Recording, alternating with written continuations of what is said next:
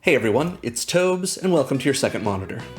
Today is the next video in my series of Commander Legends Battle for Baldur's Gate deck techs. I'm covering every legendary creature and background from Baldur's Gate in no particular order, so let's get to it. As you see, today our commander is Raggadragga, Goreguts boss. This is another character who, as far as I can tell, doesn't even live in Baldur's Gate. Instead, he dwells in Avernus as the warlord of the Goreguts gang, who by the sound of it are pretty tough. He's also a werebore, and so is possessed of a type line shared by no other creature in Magic at time of recording, so that's pretty neat. The more I've looked into him, the more uncertain I am that he's even in Baldur's Gate 3 at all, so let me know in the comments if you've played the game and located him. At least his name is fun to say. I'm excited to show you what I put together for Raggadragga, but before we get started, let's go over my deck building template. I like to build my decks around my commander. I want to show off why it's such a great card and why I thought it deserved a deck of its own. So I take about 30 cards and put them toward doing whatever my commander asks of me. This is our game plan. It's what we do at the table and how we try to win. 30 more cards go towards supporting that game plan in the form of card advantage, acceleration, and interaction pieces. I usually run 1 or 2 sweepers, sometimes more if it would play into the game plan, sometimes, like today, none at all, and I almost always keep to a floor of 38 lands. That way I can always hit my land drops and cast my spells and, play commander. So let's talk about our commander. Raggadragga, Goreguts boss is a 4/4 legendary human boar for 2, a red, and a green, with 3 abilities. Each creature you control with a mana ability gets +2/+2. Whenever a creature you control with a mana ability attacks, untap it. And whenever you cast a spell, any spell, if at least 7 mana was spent to cast it, untap target creature, it gets +7/+7, and gains trample until end of turn. I love cool card designs like this. Mana Dorks, that is, creatures which can tap for mana, are an important part of the game that have been around since the very beginning. Incredible art. Love Anson Maddox, this is just iconic, it really takes me back to when I started playing Magic in the 90s. The trouble with Mana Dorks, however, is that we include them in our decks to accelerate our mana production, not usually to put in work for us in combat. Sure, swinging in with our Llanowar Elves on turn 2 for a cheeky point of damage is something I hope everyone's had a chance to enjoy, but that's obviously not the job we hired them to do. Enter Raggadragga. He gives all our dorks a nice boost to power and toughness, making our aforementioned elves into a 3/3 for 1. This anthem alone turns our mana-producing creatures into reasonable blockers and potential threats, so when we ask them to do double duty, they're suddenly able to pull their weight because our werebore commander taught them how to lift. And that's only his first ability. By untapping our mana dorks when we swing in with them, Raggadragga indicates to us that they're not just able to block if they survive combat, they can also tap for mana, including right now, in combat. So how do we use that? Our deck is about filling our board with creatures, almost all of which tap for mana, and letting our commander send them to the gym. Then we attack in, untap our creatures, and tap them for mana mid-combat to supplement our attack. Maybe we cast an instant to further pump up our team, or to remove some blockers, or even to give us a second combat phase. And if any of those instants we cast have X in their casting cost, we can trigger Raggadragga's third ability by dumping enough mana into our spell that he untaps one of our creatures, himself included, and makes it into a massive trampling threat. We might even have a few spells that are costly enough to trigger that third ability on their own. And just in case we don't want to pour our mana into a big spell, we also have some mana sinks to make sure nothing goes to waste. We can turn our mana into counters for our team, upgrades for our permanents, extra cards in our hand or spells on the stack, or even straight up burn to our opponent's faces. In addition, we have a fun sub-theme of animating lands, since turning a land into a creature gives us a creature that taps for mana because it has a mana ability from being a land, so it receives Raggadragga's anthem effect. From classics like awakening lands until end of turn and activating creature lands as surprise troops, to a few cards that can earthbend our lands and give us resilient attackers and blockers, we're set to supplement our dorks either way. This deck is a blast, one that always has something to do. If our surplus of mana means we run out of cards in hand, we can use our dorks in the way any Gruul deck wants to use its creatures, as attackers. If Raggadragga gets removed, we aren't worried. We probably have plenty of creatures to help pay his commander tax and still have enough mana left over for a productive turn. And if an opponent has a scary board of their own, they still have to be worried about us swinging into their blockers because they'll have no idea what we plan to do with our array of attackers that all tap for mana we can spend to change the combat math in an instant. All we have to do is trust in our commander, the Hogfather, leading his gang of mana porks.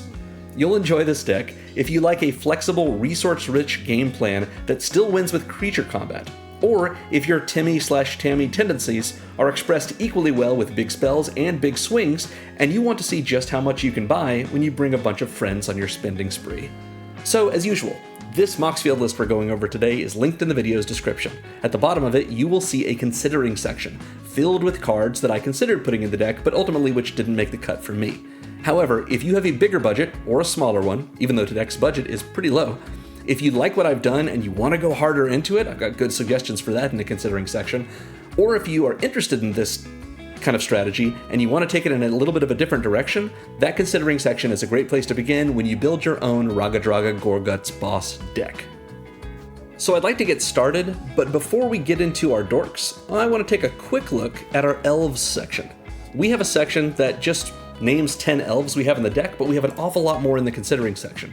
The reason is because elves tend to work well with each other, as we all know from the sort of archetype that elves play, in making mana and making more and more mana because there's more and more elves. And several of them have ways for us to use that mana and sink it into additional effects. So I just named these elves in this section so that they fit with the many other elves in the considering section that are also tagged this way, but we're not going to go through this section because I don't consider this deck to be having a sub-theme of elves the way I think of it as having one of animated lands. So where we actually want to begin is our Mana Dorks section. These are all cards that either are or make a creature for us that has a mana ability and therefore gets the benefits from Raggadragga's first and second abilities. So, of course, we're running Llanowar Elves. Now, I know this is not the same art we saw just a moment ago from Alpha, but Dominaria 2018 is a set that I truly love, and it brought the Llanowar Elves from Dominaria, which, I mean, it's where they're from, back into Standard after so long. So this is the Llanowar Elves I like to run in my decks. This is a single green for a 1/1 Elf Druid that taps for a green. Just the iconic 1 mana 1/1 that makes 1. Great. Next we have Armored Scrapgorger. I played this in Standard. When it was in Standard, this card is so much fun. It's 1 and a green for an 0/3 Phyrexian Beast that gets +3/+0 as long as it has 3 or more oil counters on it. Oil counters don't have an inherent mechanical meaning, they're just used by the Scrapgorger. It taps to add 1 mana of any color, so it's a 2 mana dork that makes either of our colors. And whenever this creature becomes tapped, whether it's because it's attacking or tapping for mana or any other reason, we get to exile target card from a graveyard and put an oil counter on the Scrapgorger. So the idea behind this is we use this as a 2 mana dork that can make either of our colors that is an 0/3, or with Raggadragga in play, a 2/5, so a solid blocker for us. We use it for mana. Eventually it's going to be able to become a 5/5, because every time we tap it, we get to eat a creature or eat a card from a graveyard, which lets us stymie our opponent's graveyard strategies or recursion effects, or even just them flashing spells back if we time tapping Scrappy at the right time. Yeah, I think this card is really powerful. Next up, we have Bramble Familiar. This is another card that was in that same mono green deck. If you're interested, that was a Thrun Breaker of Silence deck, you know, with Thrun from All Be One. It was a standard deck, but it was built around that, just in case you're interested. Anyway, Bramble Familiar is an adventure creature, which means it has a spell built into it, a sorcery called Fetch Quest, that we can either cast first, and then when it resolves, we send this card to exile, and we can cast the Bramble Familiar from exile. We don't even have to wait until a later turn, the way we would with something like warping it in. Or we can simply just cast it from our hand as the Bramble Familiar. So either it's got to go to, we've got to send it on a quest first, and then we can cast it as the Familiar, or we just cast the Familiar and we don't have access to the quest. Once it's in play, we cannot cast this Fetch Quest. With one exception, because Bramble Familiar is 1 and a green for a 2/2 Elemental Raccoon that if we tap it, we can add a green, so it's a great mana dork for us. Or we can pay 1 and a green, tap it, and discard a card to bounce it to our hand. Which means we can cast Fetch Quest, which is 5 and double green for a sorcery that lets us mill 7 cards and then put a creature, enchantment, or land from among the milled cards onto the battlefield. So we probably get the best thing of those 7 into play. Then this card goes to exile. Bramble Familiar is something we can cast from exile. We get the Familiar. And then once we untap with it, and we can thereby tap it for, use its abilities that require us to tap, we can pay the 2 mana, tap and discard a card to put it back in our hand, and if we want, we can cast the fetch quest again with this 7 mana we need to do. So we can perform this loop over and over, essentially discarding a card to transform Bramble Familiar back into a fetch quest. So this is not really characteristic of most adventure creatures, but it's a pretty sweet way for us to use this as a mana dork, which, remember, in this deck with our commander out, is a 2 mana 4/4 that taps for green, or to use fetch quest and then get that familiar. Pretty good either way. Next is Elysian Caryatid, 1 and a green for a 1/1 plant that taps for 1 mana of any color, but if we control a creature power 4 or greater, it adds 2 mana of any color, instead. So this is a great one because it's it's the first creature we're seeing that can make multiple mana for us. We've got a number of these different kinds of mana dorks, and all it requires is that we have a ferocious creature, meaning a creature power 4 or greater, like our commander. So if our commander's in play, this is a 2 mana 3/3, so a Watch Wolf, that taps for 2 mana. That's great. Next we have Incubation Druid, a great one, and very good in our deck. An 0/2 for 1 and a green. It's an elf druid that taps for 1 mana of any type that a land we control could produce. And if it has any 1/1 counters on it, we can add 3 mana of that type instead. So this is a 2 mana dork that, as long as this has a counter on it, a 1/1 counter that is, it makes 3 mana for us. Great. And we can adapt it for 3 and double green. Adapt is a weird ability which basically just says put in counters on it, in this case 3, if it has no counters on it. We are able to spend mana on this ability and activate it as many times as we want. It just won't do anything if the druid already has counters on it, whether it's gotten those 1/1 counters from some other source or from its adaptability. Yeah, either way. So it's pretty nice that we can make it into a 3/5, or in our deck, a 5/7 when Raggadragga's out, by spending 5 mana, and then it taps for, 3 mana if it's got any counters on it. Pretty great. Otherwise, it just taps for the 1. So yeah, the druid is pretty good for us. Next we have Leafkin Druid, which is 1 and a green for an 0/3 elemental druid that adds a green, but if we control 4 or more creatures, we add double green instead. So not quite the same as the Elysian Caryatid, because the Caryatid can produce red for us if we want it to. The druid only produces green, but it can make 2 mana as long as we have plenty of creatures in play. That's just sort of the mirror of the Caryatid, and it's got a bigger booty, so that's good. It can go up to a 2/5 for us, which, just like with the Scrap Gorger, can block really well, and that's solid. Next is Llanowar Loam Speaker. This is one of my very favorite mana dorks for 2. It's 1 and a green for a 1/3 elf druid that taps for 1 mana of any color, so 2 mana dork that makes us either of our colors of mana, or we can tap it without having to pay any mana and make one of our lands into a 3/3 elemental with haste until end of turn. That is still a land. We can only do this at sorcery speed, but it lets us turn one of our lands into a 3/3 with haste. So it can even be a land that we've played that turn, since it'll have haste. And if Raggadragga's out, like I was mentioning in the heart of the deck, this is now getting the benefits of Raggadragga, so we can attack with it. It's a 3/3, which Raggadragga makes into a 5/5 with his Anthem effect, and we suddenly have a hasty 5/5 that our opponent didn't expect, because they're seeing our board and they're seeing everything big, but just a random 5/5 out of nowhere, that seems pretty great. Plus, Raggadragga will untap it when it attacks, because it's a creature with a mana ability, so we can still tap it for mana, and that's pretty great.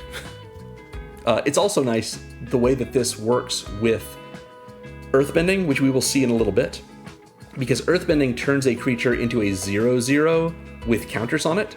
Those creatures remain lands, we can use the Loam Speaker to make that into a 3/3 elemental with haste. It will retain its counters. It's just going to be a 3/3 elemental until end of turn, at which point it reverts back to being a 0/0 creature. So it's like we're giving any of our Earthbent lands a free giant growth with the Llanowar Loam Speaker. Neat. Next up, we have Ornithopter of Paradise. Not usually a card that you need to see. Ooh, let's get rid of this. Not usually a card that you see in green decks, because there are so many mana dorks in green decks anyway. But for 2 generic mana, we get a 0/2 artifact creature Thopter with flying that adds 1 mana of any color. This is great for us. If we're not going to splurge and put in an actual Birds of Paradise, this is still a pretty solid choice because with Raggadragga, this is a 2/4 flyer for 2 mana. And it taps for mana for us, it untaps itself when we attack, and so forth. It can be really great if we are doing Raggadragga's third ability, if we have a way to tap 7 mana and cast a spell mana value 7 or greater, and untap our Ornithopter and make it into, take it from being a 2/4 flyer to being a 9/11 flyer with trample.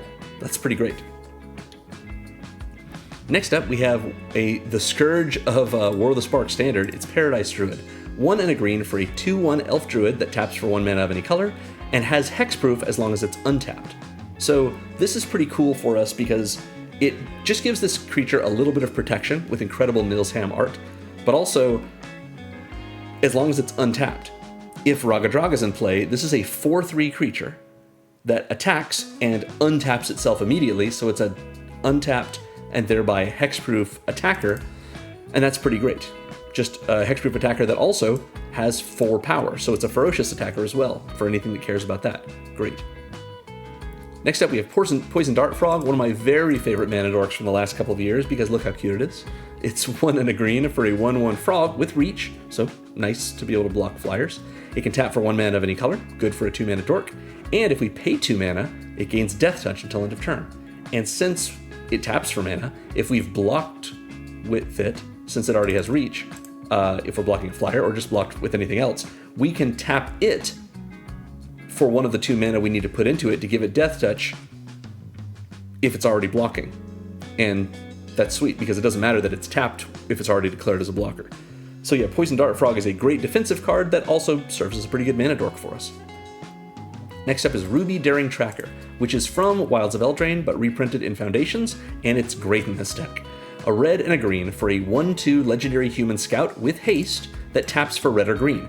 So because Ruby has haste, she's a mana dork we can tap right away if we want to. And it says whenever Ruby attacks while we control a creature power 4 or greater, which as you can see, we have a little bit of a Power Matters theme, but also that is our commander. Then Ruby gets +2/+2 until end of turn, which means with Raggadragga in play, Ruby's going to be able to attack, untap immediately from Raggadragga because Ruby has a mana ability. Ruby is already a 3/4 thanks to Raggadragga, and will get this benefit from her ability since Raggadragga has power 4 or greater, and become a 5/6. And all that can happen the very turn she comes down, and we're attacking with a 5/6 for 2 with haste. Awesome. Next is Spider Manifestation from the Spider-Man set. This card, I think, is, I would like to say underplayed. I think people see how powerful this card is, and it's still something I always want to put in my red-green decks. This is it's a generic mana, and either a red or green, so a hybrid Gruul mana. For a 2/2 Spider Avatar with reach that taps for either of our colors, and whenever we cast a spell mana value 4 or greater, we untap it. So we can even untap it more and more and more than we would our other creatures that are getting untapped from Raggadragga. Next is Tender Wild Guide, a great one from Bloomburrow. 1 and a green for a 2/2 Possum Druid with Offspring for 2. Meaning when we cast it, we can pay an additional 2 mana, so we're paying a total of 3 and a green. And if we do, when it enters, we get a 1/1 copy of it. That's a token, which is the baby.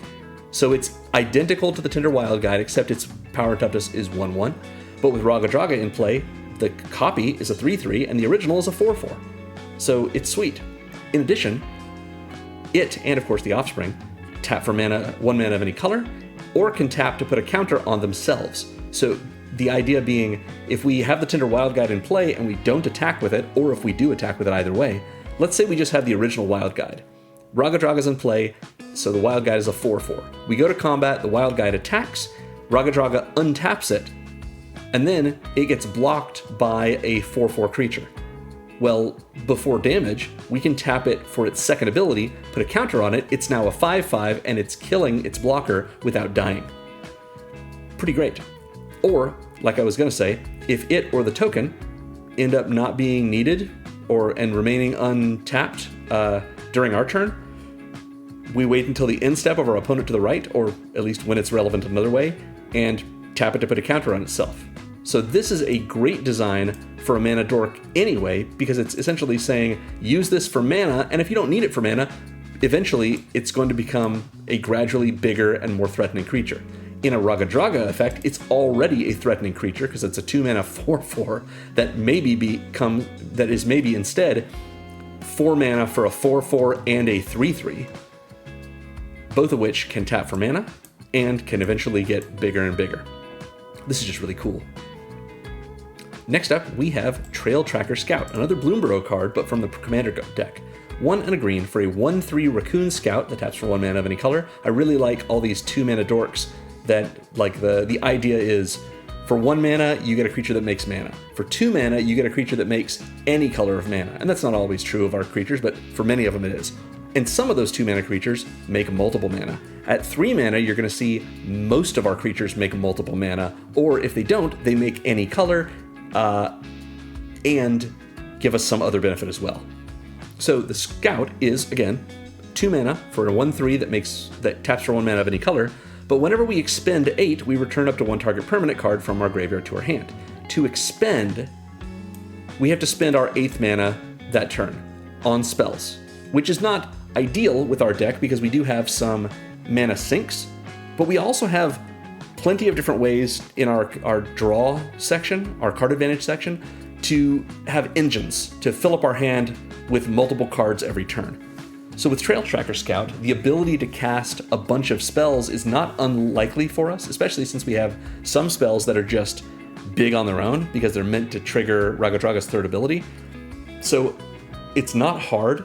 It's not a guarantee every turn, but it's not hard for us to be able to expend 8 and thereby get a free regrowth of a permanent card in our graveyard, which we might have simply because we've been attacking a bunch and maybe we've had to trade one of our mana dorks with a blocking creature.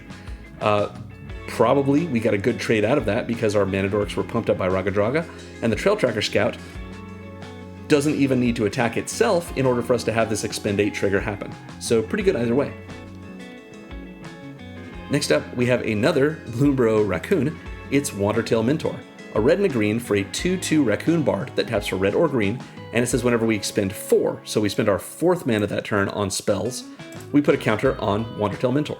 So it's just going to keep getting bigger on its own as well, similar to that Possum, our Tender Wild guide, but generally it's just going to get bigger on each of our turns, since we're probably going to spend 4 mana on spells on each of our turns. Pretty good. I know it seems like, how can we do that when we've got all these 2-drops, but that's not the only thing we have in our deck. Next up is Whisperer of the Wilds, 1 and a green for an 0/2 Human Shaman from Fate Reforged that taps for green, or it has a ferocious ability. We can tap it to add double green only if we control a creature power 4 or greater. All of this templating is sort of just a different way of writing out what Elysian Caryatid has. So Whisper of the Wilds is 1 and a green for an 0/2 that taps for green, or if we have something 4 or greater, it taps for double green. Elysian Caryatid is a 1/1 instead of an 0/2, but for the same cost, it makes 1 mana of any color, and it makes 2 mana of 1 color if we have creature power 4 or greater. So this can fix our red mana, whereas Whisper of the Wilds cannot, but Whisper of the Wilds has a bigger booty, and we don't have to worry about it not doing damage when Raggadragga is making it into a 2/4, as opposed to the 3/3 that Elysian Caryatid is. So a little bit of an older design, not quite as good as the Fire Design era Theros Beyond, but still very useful on our deck, especially since we're mostly a green deck. Next up, we have Zur-Ta Druid. This is a red and a green for a 1/1 human druid that only taps for green, but whenever we tap it for mana, it deals 1 damage to each opponent. So free burn damage straight to our opponent's faces every time we tap it for our most popular color or populous color. Great. Next up is Awakening Zone, which is not a creature.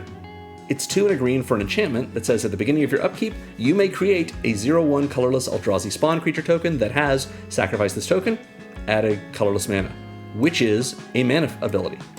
So we essentially get a free creature every turn that with Raggadragga in play is a 2/3. So we hang out with it, we can sacrifice it whenever we want for mana, or we can use it to block, or on our next turn, attack with it, and we're going to get a replacement every turn. Awakening Zone is just pretty good. Like, it seems like it doesn't do that much for us, but these Eldrazi spawn really help in our deck, especially since they are surprising like creatures that can just produce mana out of nowhere since they sacrifice. And that's just a delightful way to be able to say, we're going to use them as 2/3 blockers, and if they are blocking something big that doesn't have trample, we just sack them in response, and we haven't really lost anything since they're just tokens. Pretty good. Next we have Earthbender Ascension. This is 2 and a green for an enchantment that says when it enters, we Earthbend 2, and then we search our library for a basic land, put it on the battlefield tapped, and shuffle. So we get a free rampant growth when it enters, in addition to Earthbending. The way Earthbending works is we choose one of our lands, it becomes a 0/0 creature that is still a land, and it gets a number of +1/+1 counters on it equal to the number, so in this case 2. It also says whenever that land would die or go to exile, it has a delayed triggered ability that will return it to the battlefield tapped under its owner's control, which is to say it comes back as just a land and no longer Earthbent. So essentially, Earthbender Ascension takes one of our lands and animates it into a 2/2, and then goes and rampant growths us. So we take one of our lands and it becomes a mana dork. That's why it's in this Dorks section, because it gives us a permanently animated land. So Earthbender Ascension is a 3-mana 2/2. In a way, it's a Grey Ogre, plus it ramps us, so it replaces the land that it took out of our land section, if we want to just treat it as a creature. Pretty good. But all of that is on top of its other ability, which is a landfall ability. Whenever a land we control enters, which again will be triggered by this enters trigger, we put a quest counter on Earthbender Ascension. Quest counters don't have an inherent mechanical meaning, they're just used by this card. And when we put that counter on it, if it then has 4 or more counters, so basically the first 3 times this happens, that's all it does. The 4th time and every time after that, we then get this trigger that puts a +1/+1 counter on a creature we control and gives it trample until end of turn. So after the first 3 lands enter, once Earthbender Ascension enters, including the one that enters here when it from its enters trigger, each land after that puts a 1/1 counter on one of our creatures, just like Retreat to Kazandu, or Ride the Shufus, or Bristly Bill, or any of these 1 and a green enchantments that have landfall put a 1/1 counter on your thing. But this one puts a 1/1 counter on our creature and gives it trample until end of turn, which is pretty great in a deck that's all about pumping up our creature's powers and toughness. So yeah, Earthbender Ascension can be really powerful for us in a number of ways, because it just does so much for us. Next is Kami of Whispered Hopes. 2 and a green for a 1/1 spirit that taps to add an amount of mana of any one color equal to its power. Now it's only a 1/1. Unless Raggadragga's in play, which means it's a 3/3, so it taps to add 3 mana of any one color just with those 2 cards in play. But it also is Hardened Scales. If 1 or more +1/+1 counters would be put on a permanent we control, that many +1/+1 counters are put in that permanent instead. So if Kami of Whispered Hopes is in play, and we have Earthbender Ascension in play, and we have enough quest counters on it, whenever a land we control enters, we put a 1/1 counter on a creature we control, but Kami of Whispered Hopes makes that into 2 1/1 counters on that permanent. And then, of course, it still gains trample, but if we were to put those counters on the Kami itself, that's going to be 1 counter, which it turns into 2, and so now it's a 3/3, but if Raggadragga's in play, it's a 5/5, and we can immediately tap it for 5 mana. So it rewards us for putting counters on itself, but also on plenty of other things. And we do have a number of counter-producing or counter-placing cards in our deck. We'll talk more about them as we go to one of our later sections. It's not a hard theme in our deck, but we've got several different things that can do it, like Rishkar. So Kami of Whispered Hopes can help us out. Even if not, it's a 3 mana with Raggadragga in play, 3/3 that taps for mana equal to its power, so that's okay. Similarly, we have Llanowar Tribe. This is 3 Llanowar Elves stapled together. It's triple green for a 3/3 Elf Druid that taps for triple green. Sure, yeah, it's pretty funny if you think of it that way, but it's literally just 3 Llanowar Elves. Nice. What's cool about this is, even though it doesn't scale the way that Kami of Whispered Hopes and some of our other cards we're about to see do by tapping for an amount of green mana equal to its power, it also just still taps for 3, even if Raggadragga gets removed. So Raggadragga giving our creatures a power boost helps out our creatures that are like Kami of Whispered Hopes, that tap for mana equal to their power. But if we lose that boost, then we lose some of our mana production. Llanowar Tribe, not so much. Still get to tap it for 3 no matter what. Great. Next we have Llanowar Visionary, which is another 2 elf card stapled together. This is 2 and a green for a 2/2 elf druid that taps for green, and when it enters, we draw a card, so it replaces itself. This is Elvish Visionary and Llanowar Elves stapled together. It's just Elvish Visionary is 1 and a green for a 1/1 that enters and draws us a card. Llanowar Elves is a green for a 1/1 that taps for green, so add that all up, and here you go. Great. I really liked this card in M21, and it's great in our deck as a 3-mana 4/4 that taps for mana and replaces itself. Next we have Mona Lisa Science Geek. This is from the Teenage Mutant Ninja Turtles set, the main set. So it's a 1/3 legendary lizard mutant with reach for 2 and a green that taps for an amount of mana equal to its power of any one color. So yeah, Mona Lisa gets bigger from our commander. She is a 3/3 reach. She is a 3/5 reach with Raggadragga in play that taps for 3 mana. Excellent. Next we have Rishkar Pima Renegade. This is one of the few cards that is a creature in this deck that does not tap for mana until it comes in, because Rishkar is 2 and a green for a 2/2 legendary elf druid that enters and puts a 1/1 counter on each of up to 2 target creatures, and gives each creature we control with a counter on it, of any sort, tap to add a green. So what I like to do with Rishkar in this deck is have it enter, and have it put a counter on itself and Raggadragga, because it doesn't say on up to 2 other target creatures. So we put one on Rishkar and on Raggadragga, which means Raggadragga now has a mana ability and does not say other creatures you control with mana abilities. So Raggadragga gives himself the ability to, or gives himself that +2/+2 that he gives to all of our creatures with mana abilities, and untaps himself when we attack with him. So Raggadragga becomes a 7/7, since he's a 4/4 with a +1/+1 counter on it that's giving himself an additional +2/+2, so a 7/7, essentially vigilance, that we attack with him, he untaps himself, and we can even tap him for green if we want to, and that's pretty sweet. That all on top of Rishkar essentially being a 3-mana 3/3, since Rishkar will put the other counter on itself, that can also tap for green mana when we need it to. Next we have one from the recent, at time of recording, Secrets of Strixhaven set. It's Topiary Lecturer. This is 2 and a green for a 1/2 elf druid that taps for an amount of green mana equal to its power, another one of these, but it has Increment. Increment is an ability like Evolve, but it doesn't care about other creatures' power and toughness compared to its own. It cares about the spells we cast and their mana value. So whenever we cast a spell, if the mana we spent, I guess not mana value, but the mana we spent on that spell is greater than Topiary Lecturer's power or toughness, we put a counter on the Lecturer, which again makes it bigger and makes it tap for more mana. So pretty sweet as a 3-mana card that, with Raggadragga out, is a 3/4 that taps for 3 mana, which helps us to cast more mana on our spells, especially spells like spells that have X in their cost, or we have a spree spell in this deck. We have other ways of paying additional mana for our spells, so that's even more mana that we're spending on it, even if it's not the mana value of that card, and Topiary Lecturer can benefit from that with counters. Next up we have Viridian Joiner. From all the way back in Mirrodin, it's a 1/2 elf druid for 2 and a green that taps for an amount of green equal to its power. Great.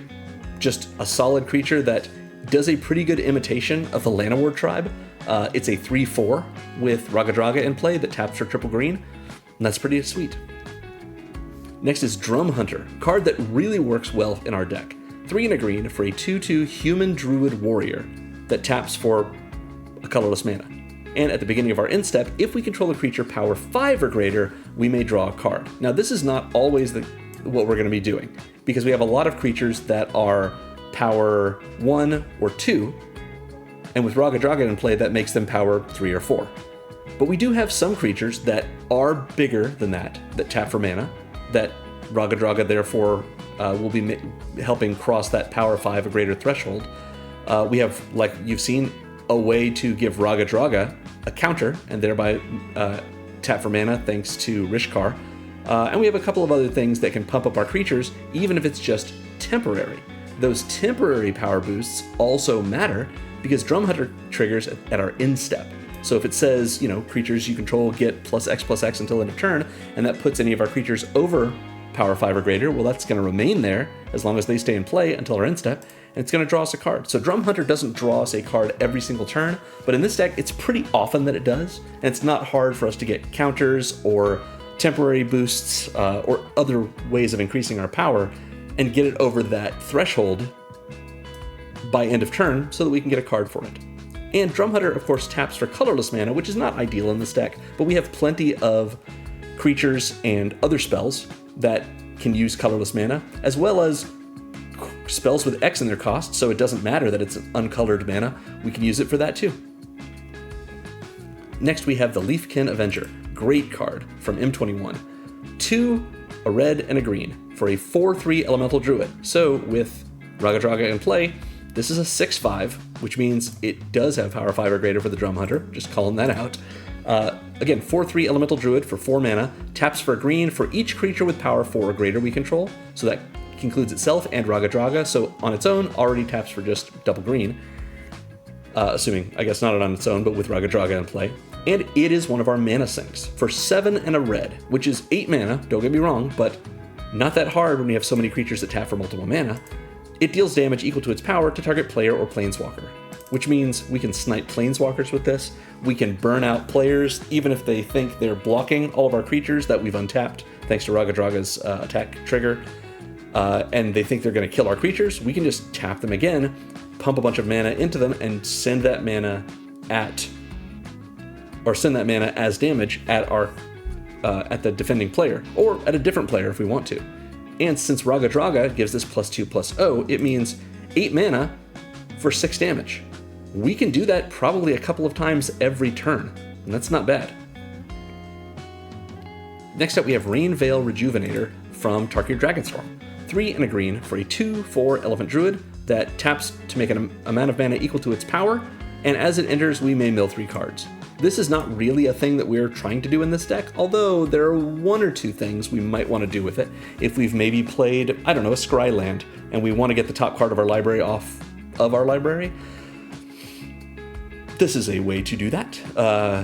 Usually we would have just scryed it to the bottom, but it's an option for us. We also have 1 or 2 cards that can bring things back from our graveyard. Rainveil Rejuvenator is a way for us to take advantage of that, but generally in this deck, we're not trying to take too much advantage of our graveyard, so this is just a 4 mana 2/4, which is to say a 4 mana 4/6 with Raggadragga in play, that can therefore tap for 4 mana. Next, we have Toph, Hard-Headed Teacher. This is a really fun card. If you're interested in it, take a look at the video's description, and you will see a Toph Hard-Headed Teacher deck that I built just last month, I believe. That was pretty fun to build. So yeah, if you want to see this as a commander, you are able to. Just check out that link in the video's description. In any case, in our deck, Toph is really great because she's 2, a red, and a green for a 3/4 legendary human warrior ally that says when she enters, we may discard a card, and if we do, we get to return an instant or sorcery from our graveyard to our hand. So that is one of the reasons we might maybe want to mill with Rainveil Rejuvenator. But generally, what we're using this ability for, if we're using it at all, is to get back one of our big instants, or our instants that have X in their cost, so that we can trigger Raggadragga's 3rd ability again whenever we cast that spell. Sometimes, with all the creatures in our deck that make mana, it doesn't really bother us that we're willing to throw away a land, because our creatures are here to make mana for us, so we can throw that away and get back one of our instants, or even a sorcery, if we need it, with Toph. But that's not what Toph is doing in this deck. Toph says whenever you cast a spell, Earthbend 1, and if that spell was a lesson, put an extra 1/1 counter on that land. We don't have any lessons in this deck. We're not here to learn things. That we are too hard-headed of a teacher, I guess. But being able to Earthbend 1 whenever we cast any spell, every time we cast a spell, we turn one of our creatures into a land that has a counter on it, or we take one of our creatures that already is Earthbent and put an extra counter on it. This is very cool. Toph is in this section because, just like with Earthbender Ascension, she makes our lands into mana dorks. And because it's earthbending, they are resilient mana dorks. We don't lose them if they die or go to exile, or at least we don't lose them permanently. They come back as just lands, which again triggers landfall if we have something that benefits from that, or at least just gets them back and we can start earthbending them again with Toph when we cast more spells. Great. Next up we have Big Horner Rancher. This is from the Fallout Commander decks. It's 4 and a green for a 2/5 human rancher with vigilance, and it taps for an amount of green mana equal to the greatest power among creatures we control. So it cares about power on its own, but even with Raggadragga in play, it becomes a 4/7, which is a huge creature that we can attack with vigilance, and we can tap it for mana in response to Raggadragga's trigger, since it already has vigilance. So let's say we go to the declare attacker step, we attack with the Big Horner Rancher, Raggadragga triggers, and would untap the Rancher. In response to that trigger, we tap our Rancher for a bunch of green mana, at least 4, since that's the power of Raggadragga and will be the power of Big Horner Rancher. Then we untap the Rancher, thanks to Raggadragga, and we tap it again immediately for at least another 4. And as long as we're willing to cast our spell right now before the declare blocker step, just this creature has put at least 8 mana into our pool, which lets us cast something, hopefully, that will trigger Raggadragga's last ability, which we might just use on Big Horner Rancher, untapping it, making it into an 11/14, and we can tap it for a third time if we want, because it's an 11/14 with trample, and make 11 more green mana. That's incredible. Lots of fun tricks with this. And if we want to sacrifice it, we can gain life equal to the greatest toughness among the other creatures we control. Now, this first ability checks greatest power among our creatures. The second ability checks greatest toughness among other creatures. So even though this has got a pretty big butt, we can't use it for its third ability. But since our stuff's getting pumped up pretty well with power and toughness by our commander, Big Horner Rancher's last ability can still be helpful to us. We're just usually using it for its first ability in conjunction with its vigilance. Next up, we have Doc Samson, Super Psychiatrist, from the recent Marvel Superheroes Commander product, the Hulk. 4 and a green for a 3/6 legendary Gamma Doctor hero that taps for an amount of mana of any one color equal to Doc Samson's power. So again, with Raggadragga in play, this is a 5/8, so taps for 5 mana for 5, that's pretty good. And if we would put 1 or more counters on a permanent we control, we put that many plus 1 of each of those kinds of counters on that permanent instead. I know this seems like another Hardened Scales effect, similar to the one we had on our previous creature, our Kami of Whispered Hopes. But notice Kami of Whispered Hopes says if 1 or more +1/+1 counters would be put on things. Doc Samson just says counters. It can be other kinds of counters. But what other kinds of counters do we have? Well, we have several different kinds that we've seen already. For example, our Scrap Gorger puts oil counters on itself. So we can get more oil counters each time we do it if we tap it and eat something from the graveyard with Doc Samson in play. We've also seen, since this goes on permanents, not just creatures, Earthbender Ascension. It puts quest counters on itself and puts 1/1 counters on things. So those quest counters can go up as well. We have a couple of other things in the deck that will get different kinds of counters on them, but this is really here to help us with mostly with our 1/1 counters, but it does several other things. So yeah, Doc Samson is a huge, high toughness creature, even before our commander's in play, but with our commander in play, a 5/8 that taps for 5 and helps out with our counters is pretty great. But as you can see, there's already 2 other cards down here that get counters of different types. We'll talk about Freyalise first. This is a Planeswalker, a Freyalise Planeswalker, that comes in with 3 loyalty and costs 3 and double green. For +2, we can make a 1/1 green elf druid creature token with tap to add a green mana, which is to say, we +1 Freyalise and we get a Land of War Elves. Amazing. It doesn't have that name, but it mechanically is otherwise pretty identical, and we can do that every turn, which is why Freyalise is in this section, because she pumps out mana dorks for us. So by plussing her, we get a free Land of War Elves, which is, with our commander in play, a 3/3 creature. So making 3/3s for +2 is pretty solid, And a thing that I think a couple of other planeswalkers will do, there's a Vivian that does that, there's a Garruk, there's several Garruks I think that do that. So yeah, we can also -2 Freyalise to Naturalize, destroy an artifact or enchantment, or we can -6 her if we can get up that high and draw a card for each green creature we control. Most of our creatures are green, so even if this draws us just a few cards, that's okay, but we've probably gotten her that high because we've got a bunch of Elf Druids in play. So those are green creatures, so they count toward this ultimate of hers. But remember, these are loyalty counters. Doc Samson says whenever we would put counters on a permanent we control, we put an extra one as well. That includes when we +2 Freyalise, but also when Freyalise is entering, because Freyalise enters with 3 counters on it, which counts as us putting those counters on, so Freyalise will enter with 4 counters on her if Doc Samson's in play when she enters. So that's pretty good. She comes in with 4, we +2 her, which puts 2 more on her, but 1 more for Doc Samson, which puts her at 7, which means she's already at 7. At the end of the turn she's entered, we have a creature in play that can tap for mana or block to protect her, and then next turn we can immediately -6 her and draw a whole bunch of cards, and we're all set. That's pretty great for 5 mana. Or we can naturalize something, we can make more elves, doing a lot for us here. Next we have Cradle Clearcutter. This is from the Brothers' War. It's a 3/6 artifact creature golem for 6 generic mana that taps to add an amount of green equal to its power. So something we've already seen. Very similar in this way to Doc Samson, actually. But it costs 1 more mana, but it's, it's not restrictive because it's only generic mana. However, Cradle Clearcutter has Prototype for 2 and a green, which is a special ability that it's an alternate casting cost. We can cast it for 2 and a green rather than 6 generic, and if we do, it comes in as a 1/3 green creature with this same ability, which means it would come in as a 1/3 that taps for 1 mana, since it's equal to its power.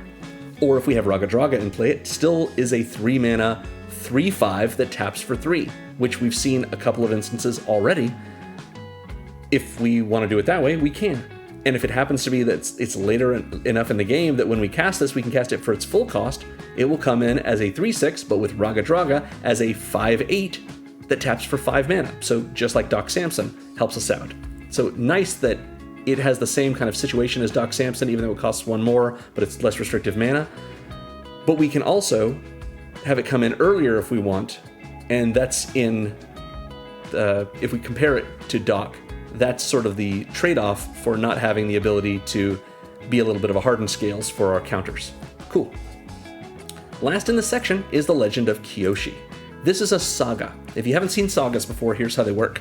When they first enter, and at the start of our first main phase, we put a lore counter on it, and we get a triggered ability based on the number of lore counters it has. And normally with a saga, after the last chapter ability resolves, we sacrifice it, but not so much with this one for a reason you'll see in a moment.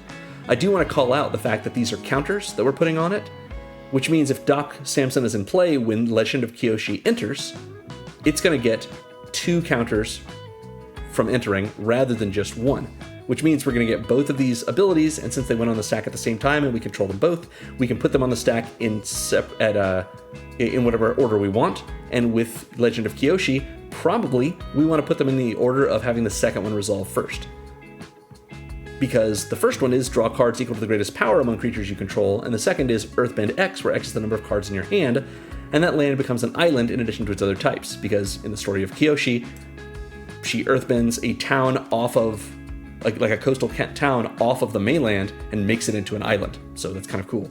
So if it happens to be that by earthbending something, we would create a land in play that is greater power than any of our other creatures, we'd be able to draw more cards from it. But if that's not the case, then it doesn't matter what order we put this in.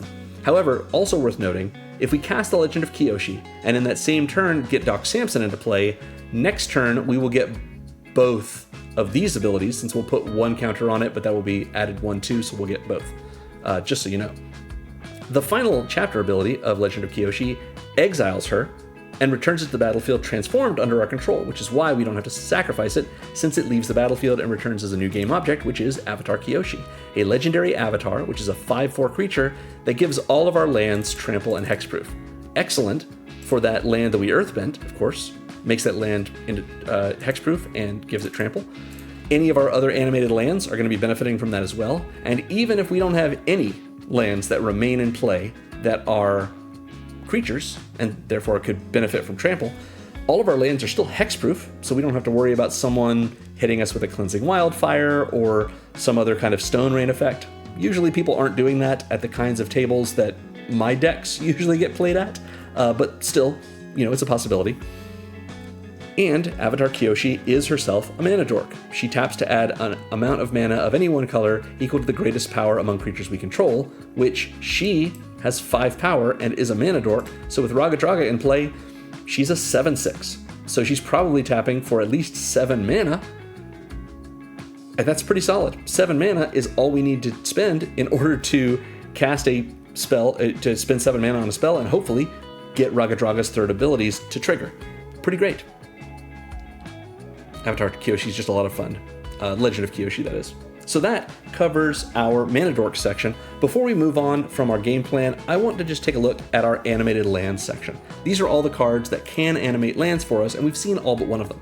Llanowar Loamspeaker taps, and we get a land to become a 3/3 elemental with haste until end of turn at sorcery speed. Earthbender Ascension, Toph, and Legend of Kyoshi can all earthbend.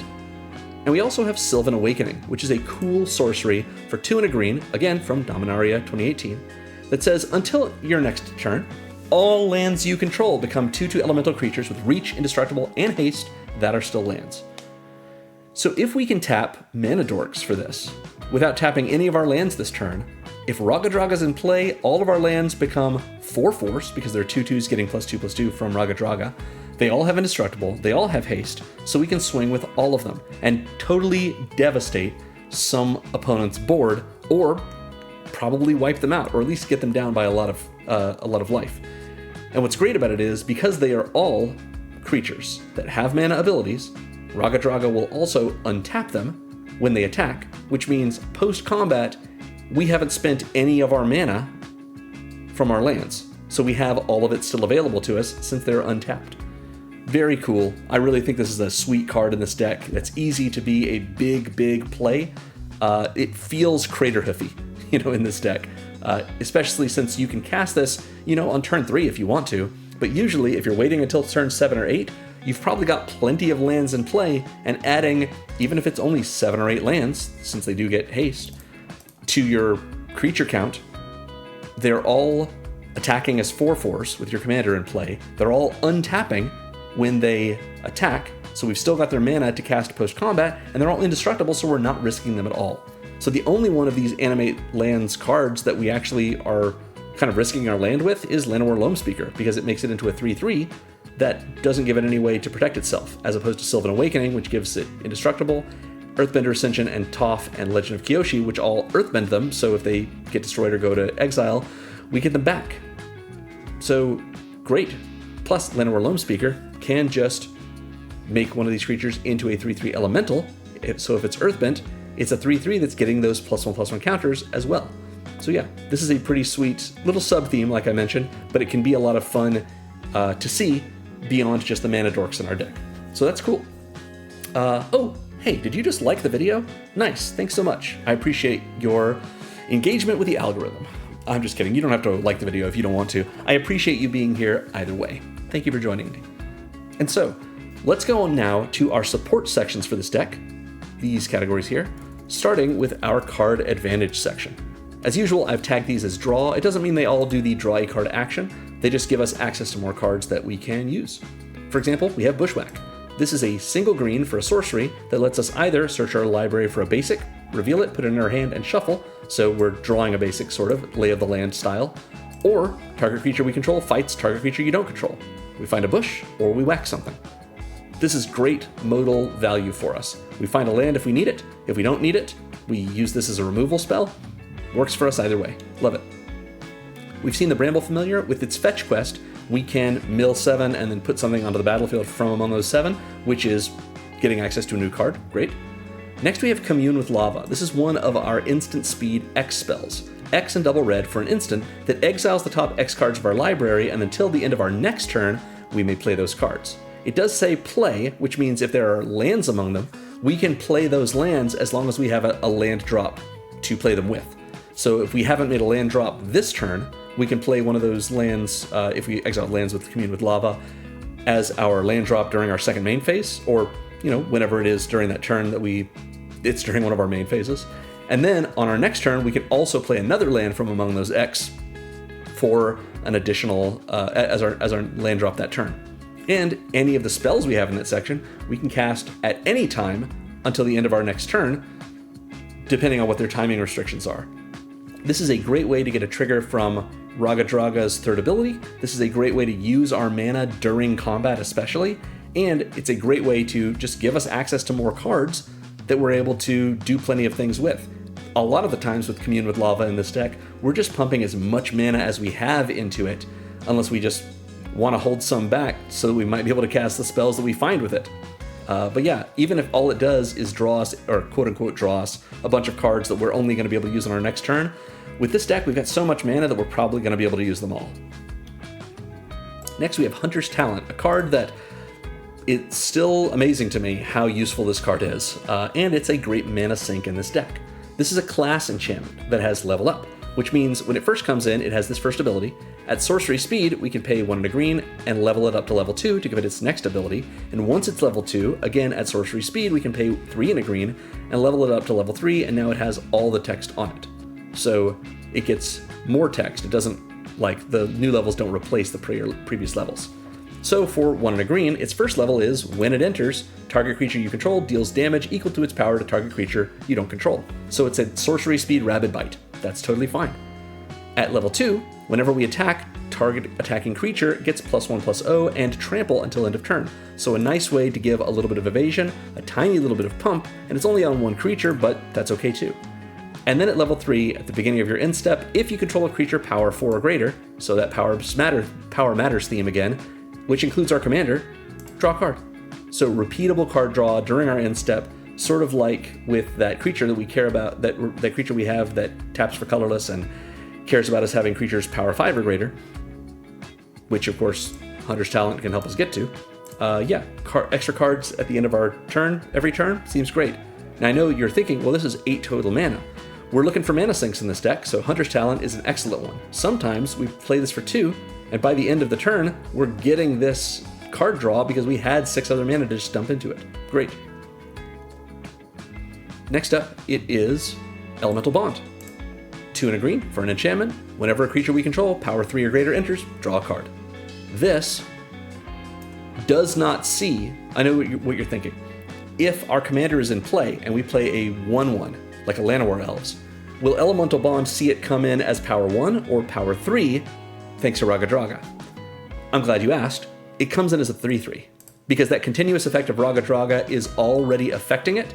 It has entered, and when it enters, the continuous effect is already affecting it, so it enters as a 3/3 creature, which means Elemental Bond essentially triggers for every creature in our deck that doesn't have a printed power of 0, which we have a few of, it's true, like Armored Scrap Gorger.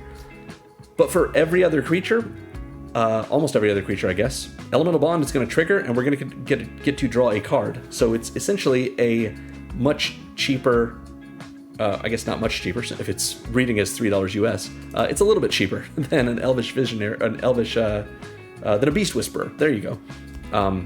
But at least it's not susceptible to a board wipe that doesn't hit enchantments. So yeah, only 3 mana as well. Next up we have Garruk's Uprising. 2 and a green for an enchantment that does 3 things. It gives all our creatures trample, which is awesome with a deck that has a commander that pumps up all your creatures. And we have a bunch of spells that pump up our creatures as well. So giving a built-in evasive ability to all of our creatures, very solid. It also says when it enters, if we control a creature power 4 or greater, which again is our commander, we draw a card. But what if we have creatures like our commander enter after Garruk's Uprising is in play? Well, whenever a creature we control with power 4 or greater enters, we also draw a card. So either way, we're getting cards off of our stuff. Usually, in the same way that Elemental Bond works, if we have a Raggadragga in play and we play a creature that is printed with power 2 or greater that has a mana ability, that creature is going to enter with the benefit from Raggadragga's Anthem effect. So a 2/2 will enter as a 4/4 and will trigger Garruk's Uprising and we'll draw a card off of it. Great engine, just like Elemental Bond is or Hunter's Talent is. We've seen Llanowar Visionary, draws us a card when it enters. We've seen the Drum Hunter, which I was struggling for the name of a minute ago, which draws us a card at our end step if we have a creature power 5 or greater. We've also seen Freyalise, which, if we ultimate her, can draw us a card for every green creature we control, which is a lot. Then we have Glorious Sunrise. This is 3 and double green for an enchantment that at the start of combat lets us choose either to give all of our creatures +1/+1 and trample until end of turn. Really powerful. Get trample to everything and a little bit more power, which means even our 1/1s with Raggadragga in play are now 4/4 tramplers. Awesome. Or we can give one of our lands the ability to tap for triple green, which is pretty solid, not just because we can use it post-combat to tap one of our lands for more mana than it would have normally produced, but we can take one of our animated lands and we have the ability to tap it for mana if we attack with it, and use that with our commander's ability to untap that land once it's been declared as an attacker, and we can do it again after that trigger's done. So we're doing the same sort of thing we were doing with the Bighorn Rancher before, where we're tapping a creature in order to I guess we're not, since it's got vigilance. Anyway, we tap it for green after we've attacked with it, and it's still pretty good. It's acting like a Llanowar tribe for us, so that's pretty solid. Or we can draw a card if we control a creature power 3 or greater. That's going to be basically all the time in this deck. If our commander's in play, Glorious Sunrise says go to combat and draw a card if you don't want to give everything +1/+1 and trample, or give one of your lands the ability to tap for triple green. And if none of that is something to our liking, we can just gain 3 life. It's a nice little additional bonus if we want a free healing salve, I guess. But usually we're using this to get cards or pump up our stuff and give trample to it. But giving a land the ability to tap for triple mana is also pretty solid for us. So yeah, Glorious Sunrise seems like it's a do-nothing enchantment, but because it triggers on combat, rather than at the start of our next upkeep or our end step or something, this can actually help us out the same turn when we go to combat. We've seen Legend of Kyoshi, draws us cards equal to the greatest power among creatures we control, first thing when it comes in. Next we have Zendikar Resurgent. This is 7 mana, so it triggers Raggadragga. 5 and double green, which means we tap one of our creatures for mana to pay for Zendikar Resurgent, cast Zendikar Resurgent, trigger Raggadragga, untap that mana dork, and give it +7/+7 and trample until end of turn. Great. What does the enchantment do, though, other than just trigger Raggadragga? It lets us tap our lands for mana and add 1 mana of any type that land produced when we do. So all of our lands make double mana with Zendikar Resurgent in play. It's a mana reflection or a mana flare, one of these, for us, for just our lands, not our creatures, but still pretty solid. And whenever we cast a creature spell, we draw a card. So this is even better than what we were getting from our Elemental Bond. Every creature we cast, we draw a card off of it. And it's a cast trigger, not an interest trigger. Sweet. Finally, we have Decree of Savagery. This is one of our other big spells, because it's 7 and double green. And it's an instant that puts 4 1/1 counters on each creature we control. A huge benefit, especially if we have Doc Samson or Comedy of Whispered Hopes in play, or if we have both, then this is going to put 6 counters on each creature we control for 9 mana, but we don't mind that because we're attacking with those creatures, untapping them thanks to Raggadragga, then tapping them again either right then or after blocks are declared to cast Decree of Savagery, put 4 1/1 counters on everything, which means they're probably going to trade or just kill anything that's blocked them. They're going to do a bunch of damage. Any creature that's not blocked or that has trample is going to do a bunch of damage, whatever we need. Decree of Savagery doesn't end there, though, because that's 9 mana. Well, what if we only have 6 mana? Well, we can cycle it for 4 and double green, which means we can pay 4 and double green and discard it to draw a card, and when we cycle it, we can put 4 1/1 counters on target creature. So we can hit one of our opponent's creatures with this if we feel like it. It doesn't say target creature you control. That would be a nice way to be nice to someone and make a sweet political deal, like, you leave me alone for 2 turn cycles and I'll make your creature survive this lightning bolt. Or I'll make it do a lot of damage to whoever you're attacking with it, so it won't trade with their blocker, whatever we may do. But usually we're going to put this on our creature if we're cycling it, but usually we're not cycling it. Usually we want this to trigger Raggadragga because it costs more than 7 mana. We want this to put counters on all of our creatures. This is just a very expensive but very powerful spell that really helps us out a lot. Great. And that covers our card advantage section. We're going to go now to our acceleration section, which I know you're used to saying, but wait. Aren't we supposed to have at least 10 cards in this section? That is true. But if you notice, we just saw 35 cards that are mana dorks. So Llanowar Elves is in this section just to remind us that all of our mana dorks tap for mana, so they are also acceleration cards. The other 8 cards in this section give us access to acceleration in other ways. We're going to start with a weird one, which is Great Train Heist. This is a spree card, which is a 1-red instant that requires us to spend mana on at least one of these other abilities. We have to spend mana on one of them. So we're not going to get by just paying a single red. We're going to have to spend at least 2 mana for the cheapest one, but we can put mana into it for multiple abilities or even all of them. And notably, if we do all of them, that's 1, 4, 5, 6, 7. So if we do everything with Great Train Heist, we are hitting the threshold for Raggadragga and his third ability to trigger. Just something worth noting. You'll see in a moment, though, why this is in the acceleration section. So it starts off as a single red mana for an instant. If we pay +2 and a red, we can untap all of our creatures, and if it's our combat phase, we get an additional combat phase after this phase. So this is our one card in the deck that is additional combats. I don't usually run additional combat cards in Magic, in my commander decks at least, that I built for this channel. I don't think that they're super fun. I know that they can be a good time, but in general, the kind of power levels of decks that I build, the pods that play those power levels, it feels oppressive. It doesn't make for a more fun game for everyone. So I typically don't run them. But having a single card is fine, especially if it's going to be a big splashy moment like Great Train Heist is supposed to be with, an expenditure of 7 mana on it. So that's one thing. In addition, notably, it untaps all of our creatures. And it doesn't have to do this during the combat phase, but we can tap a bunch of creatures, cast Great Train Heist, whether or not it's combat, and get all of our creatures to untap. So this can give us a lot more mana, even though that's not why it's in the acceleration section. The second ability is for 2 generic, or +2 generic. All of our creatures get +1/+0 and first strike until end of turn, which can be a great way to just kill off our opponent's creatures, plus that little bit of pump if our creatures are not blocked, or if they somehow otherwise have trample, are going to get in even more damage on our opponents. But the reason this is in this section is the last ability, a single red, lets us choose target opponent, which is probably going to be the opponent we're attacking with our creatures. Whenever a creature we control deals combat damage to that player this turn, we make a tapped treasure token. So we can produce a bunch of treasures that we can use for mana on our next turn, or after that, as well as, like I mentioned, untap all of our creatures that can tap for mana and use their mana again that same turn.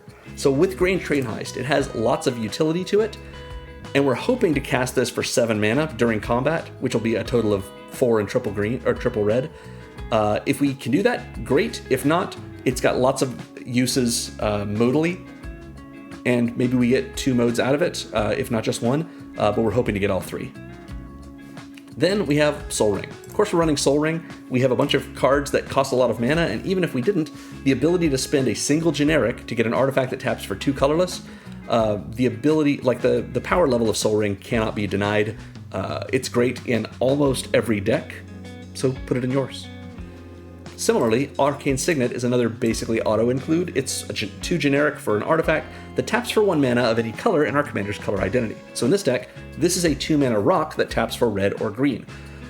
It's an untapped 2 mana rock. It fixes our mana. It's exactly what we want. We could put more mana dorks in instead of Arcane Signet. If you want to go more heavily into the theme, that's totally fine.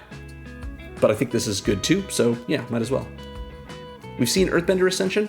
It doesn't just do all the earthbending stuff and give counters and trample to our creatures, but it also rampant growths us by letting us search for a basic, put it on the battlefield tapped, and shuffle when it enters. Next, we have a card that is so much fun in this deck. From March of the Machine Aftermath, it's Leyline Immersion. This is 3 and a green for an aura that enchants a legendary creature. I'll just tell you right now, we're putting this on our commander, because it gives that creature Ward 2 and the ability to tap for 5 mana in any combination of colors, but only to cast spells. So it lets us turn Raggadragga into a mana dork, the same way that putting a counter on him with Rishkar would do so. It doesn't give him a counter, but it does give him access to his other abilities, like that +2/+2 Anthem, the ability to untap himself when we attack with him, And we can tap for 5 mana. We just can't put that into our mana sinks, but we can put it into our spells, including spells that have additional costs, like Great Train Heist.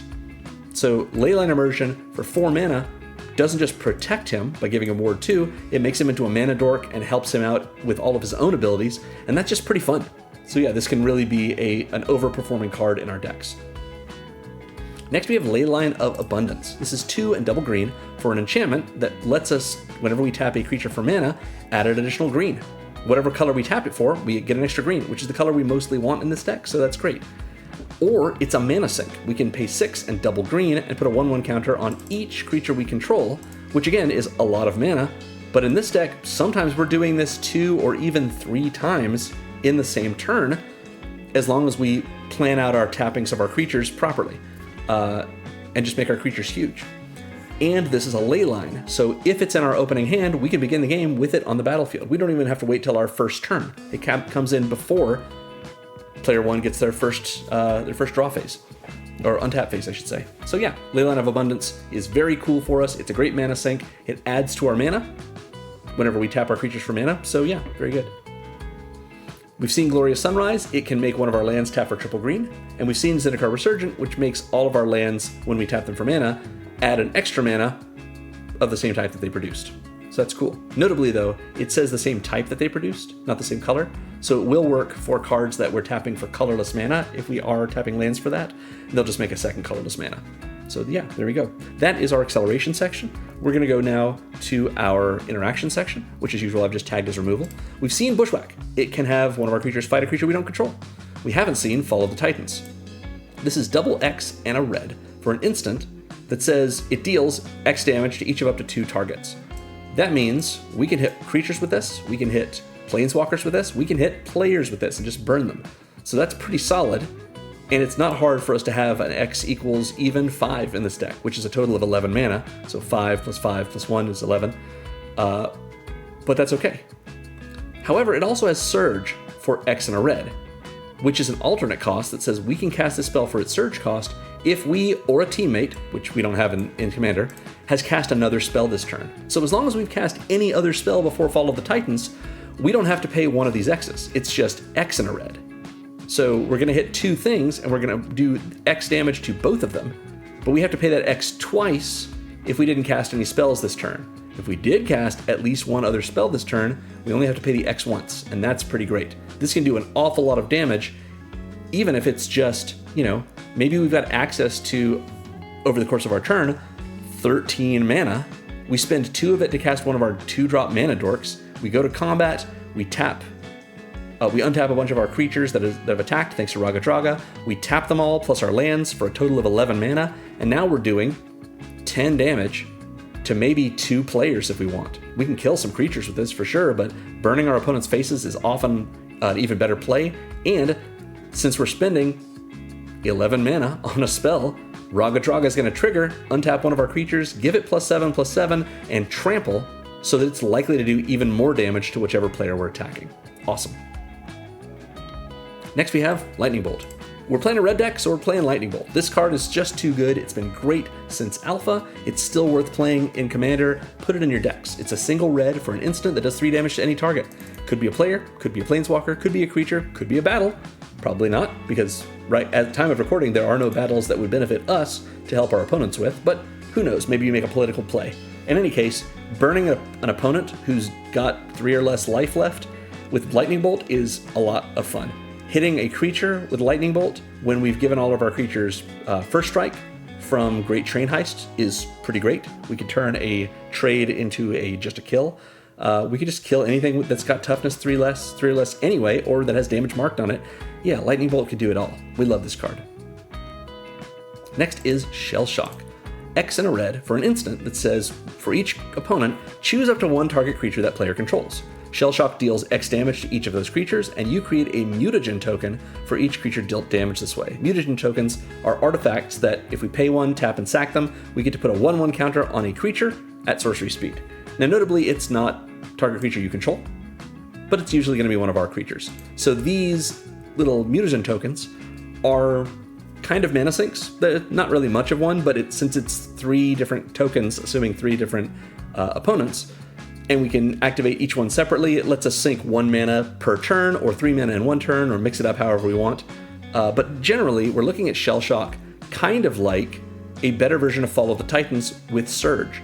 Because Fall of the Titans with Surge is X and a red to do that much damage to 2 target creatures and or players, or any targets that is. Shell Shock can only hit creatures, but it can hit 1 for each player, so if we've got 3 opponents, that's 3 different creatures. So better Shell Shock, even though it can't be used to burn our opponent's face, because it can hit more creatures, but maybe not more technically, because we could hit with Fall of the Titans, we could hit 2 creatures that are controlled by the same player, or of course we can hit planeswalkers, etc. I guess not better, but it does give us those mutagens, which are pretty nice for us as a way to add more counters and pump up our creatures a little bit more. Next up is Collective Resistance. This is 1 and a green for an instant with Escalate for a green, meaning we get to choose 1 or more of these modes, and for each mode beyond the first that we choose, we pay an extra green. So not that big of a deal for us, since it's an instant. We can probably just spend 1 and triple green on this and do all 3 if we want to, without much cost, thanks to the fact that we're running so many mana dorks. What it does is it lets us destroy an artifact, destroy an enchantment, or give a creature hexproof and indestructible until end of turn. This is a great way to protect our commander or one of our mana dorks that looks like they might die from being blocked. And we can hit artifacts and enchantments with this, or 1 of each if we escalate it, which can get rid of enchantment creatures or artifact creatures, or just, somebody's Mirari's Wake or somebody's Panharmonicon. Whatever we want to get rid of, Collective Resistance is here to help us do it. Next we have Comet Storm. Oh, Comet Storm is so much fun in this deck. This is X and double red for an instant with Multi-Kicker.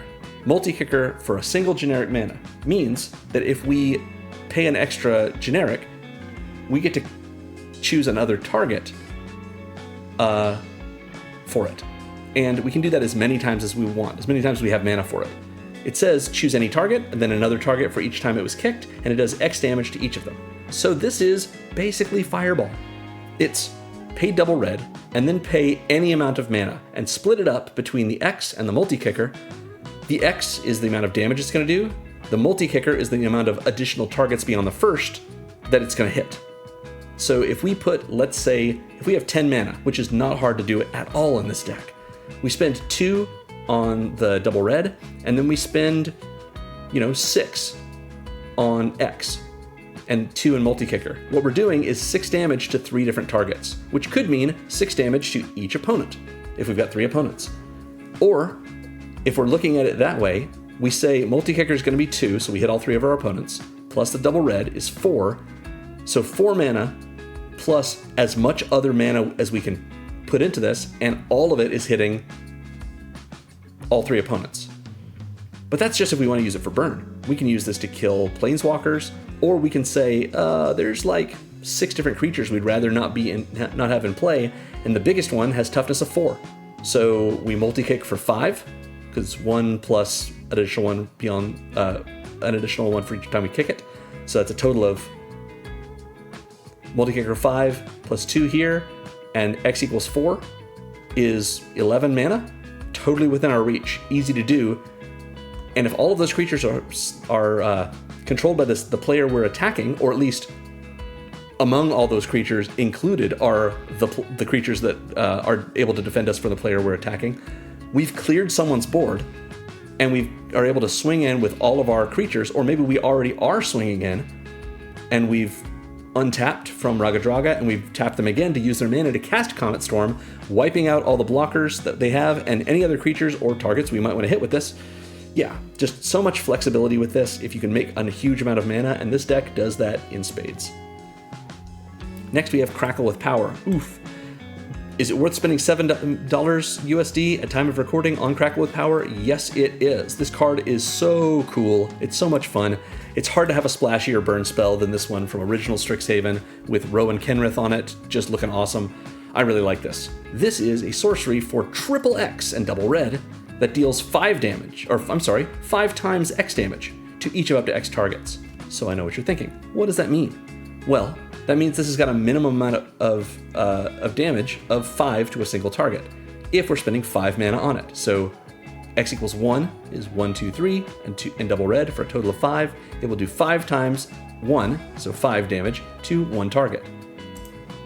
But what if we put a lot more mana into this? What if X equals 4? Well, then we're having to spend 14 mana. 4, 8, 12, 14. But then we're doing 20 damage to each of up to 4 targets, which is to say 20 damage to each opponent and absolutely annihilate some creature. So 14 mana is a lot of mana, don't get me wrong. And we have to do this at sorcery speed. So this is something we might have to do post-combat or pre-combat if we are expecting to, you know, need our mana from our mana dorks rather than attack with them.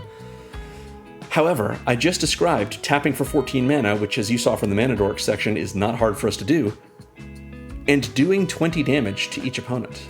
That's crazy. And if we're able to tap for 17 mana, then that's 25 damage to 5 targets. Up to 5 targets, don't get me wrong, we don't have to hit 5 targets. But that is 25 damage to each opponent, plus 2 other things at least, or, you know, at most. So, pretty amazing. Crackle with Power, if you want a big expenditure of mana, which again, triggers Raggadragga with his third ability, and if you want to be able to spend a whole lot of mana and have a huge, awesome effect, it's hard to say no to Crackle with Power, and that's why it's in here as a $7 card in our $66 deck. So yeah. Next is Electro Dominance. Much less expensive for a card from Ravnica Allegiance, one of my favorite Ravnica sets, which is solid. It's X and double red for an instant, another card we can cast during combat with our dorks, that deals X damage to any target. We can go face with this, hit a planeswalker, hit a creature, whatever, that then lets us cast a spell mana value X or less from our hand without paying its mana cost. So for just 2 mana, we get to do as much damage as we want to something, and as long as the thing in our hand costs less than that, or you know, no more than that, than X, we're able to cast it for free. Now that does matter if one of our other cards that triggers cares about the amount of mana we spent, which is Raggadragga, of course. Raggadragga doesn't care about what it costs, it cares about what we spent on it. But that does mean that Electro Dominance, if we are casting a spell that's mana value 7, then we spent 9 mana on Electro Dominance, so we're going to get that Raggadragga trigger there as well. So pretty sweet. Next, we have seen the other cards in this section. Hunter's Talent, of course, comes in and does a bite effect. Leafkin Avenger can do 7 damage to a planeswalker, or it can do damage equal to its power to a planeswalker if we pay the 7 and a red activated ability cost. And Freyalise can -2 to destroy an artifact or an enchantment, so that sort of does a collective resistance sort of a naturalized thing if we need it to. Great. We're not running any Wraths in this deck. I wanted to go hard into the creatures, and yeah, so that's what we're doing here. We do have a few things that can kind of simulate Wraths, like as you've seen, Comet Storm can do a pretty good impression of a Wrath if we're willing to pay for it, and we've usually got the mana to do so. Crackle with Power or Shell Shock or Follow the Titans can be sort of a one-sided Wrath if we need to spread things around, depending on how many creatures our opponents have. So yeah, one-sided in the sense that it can only hit one player usually, but sometimes more than one, who knows. So yeah, that is our support section for our deck. We're going to go now to our supplemental sections, starting with our mana sinks. We have seen all of these. These are just the cards that are non-land mana sinks, but Shell Shock gives us mutagen tokens we can use as sinks. Hunter's Talent, we can level up with our mana. Leafkin Avenger, we can pump a bunch of mana into it 8 at a time to have it do damage to a player or planeswalker equal to its power. And Leyline Abundance, 8 at a time, we can pump mana into it to put a 1/1 counter on each of our creatures. Cool. That is, we do have a few other things that we have, like activated abilities that cost mana, like our Poison Dart Frog, or I suppose the Tender Wild Guide's, you know, additional cost to offspring it, but I don't think of those as mana sinks since they are not repeatable in the same way that Leafkin Avenger and Leyline of Abundance are. Hunter's Talent is repeatable, but only twice, and Shell Shock is repeatable 3 times. You know, it's once for each mutagen we make, so these are kind of light mana sinks. But yeah, there's lots of other ways to use mana in this deck. I just put these here to sort of set them apart and help us see that we can use our mana in those ways. So that is that section. We're going to take a look at all of our burn cards now, just to see what we can do with them. For example, Follow the Titans can do damage to creatures or players or planeswalkers, any target. So can Lightning Bolt, so can Comet Storm. Leafkin Avenger can hit players or planeswalkers. Electro Dominance and Crackle with Power can also hit any target. And Zerta Druid, when we tap it, does 1 damage to each opponent. What we haven't seen in this section is Outmaneuver. This is X in a red for an instant that does X, that says X target blocked creatures assign their combat damage as though they weren't blocked. So this is kind of a weird one. It's basically saying, how many creatures are we attacking with that did get blocked? Well, they're not going to do their damage to the blocker. They're going to do damage to the opponent, to the defending player, as instead. So this does mean it may end up killing some of our creatures without them being able to trade, but we want to use Outmaneuver in a way that lets us do damage to an opponent that will probably kill that opponent, or at least put them within striking distance of one of our other burn effects. Outmaneuver is great because if we say, if we attack with 6 creatures, then we can target all of them, assuming they all get blocked. That means we're spending 7 mana on Outmaneuver. Raggadragga is going to trigger. One of our creatures is going to untap, gain Trample, which is no longer relevant thanks to Outmaneuver, as long as it's one of the creatures we targeted with Outmaneuver, and get +7/+7, so it's doing even more damage to our opponent. So this is a weird sort of roundabout way of looking at burn damage, but I put it in the deck as a pretty cool, surprise that can just end one player's game out of nowhere. There are plenty of other spells that if you were to want to replace this, especially as a burn effect, or if you just want to put in an extra mana dork, there's lots of different options for you. I just thought this was cool, and I like to have a couple of cards in the deck that can change the texture of the way it plays or give us a fun splashy moment, and I think that Outmaneuver does that. So that covers our burn section. Next up, how do we make our creatures bigger? Not just with our commander, we've got all these abilities. Great Train Heist can give our creatures +1/+0 and first strike until end of turn. Shell Shock can make mutagen tokens that can put 1/1 counters on our creatures. Hunter's Talent, level 2, when we attack one of our creatures gets +1/+1 and trample until end of turn. Earthbender Ascension can put 1/1 counters on our creatures, as can Rishkar, as can Leyline of Abundance's activated ability. We have Glorious Sunrise that can give +1/+1 and trample to all of our creatures at the start of combat. Decree of Savagery that can put counters on all of our creatures, or just one if we cycle it. But we have a few other cards that we haven't seen yet. Starting with Beastmaster Ascension. This card really, it's a lot of fun. 2 and a green for an enchantment. This is whenever a creature you control attacks, you may put a quest counter on this enchantment. Same kind of counter that is going on our Earthbender Ascension, just doesn't have a meaning other than for the card itself. And it says, as long as this enchantment has 7 or more quest counters on it, creatures you control get +5/+5. That's not just during combat, that's all the time. So this can be pretty great. We have Beastmaster Ascension in play, and we immediately attack with 7 creatures.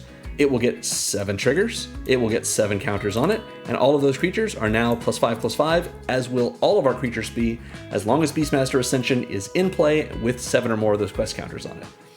Notably, these are quest counters. So Doc Samson, when he's in play, whenever we attack, we're going to put a quest counter on Beastmaster Ascension, but he will replace it by having us put 2 counters on it. So we only really need to attack with 4 creatures while Beastmaster Ascension is in play and Doc Samson is, because that means each creature will put 2, so we'll end up with 8 counters on it, and everything will get +5/+5. This can be a big game-changing card that really helps if we've got a huge board full of mana dorks, we use some mana to cast Beastmaster Ascension and then go to combat, we swing with the whole board, everything gets +5/+5, everyone dies. It's great. We also have Stampede, a classic that I chose the 5th edition printing of, just because it seems neat.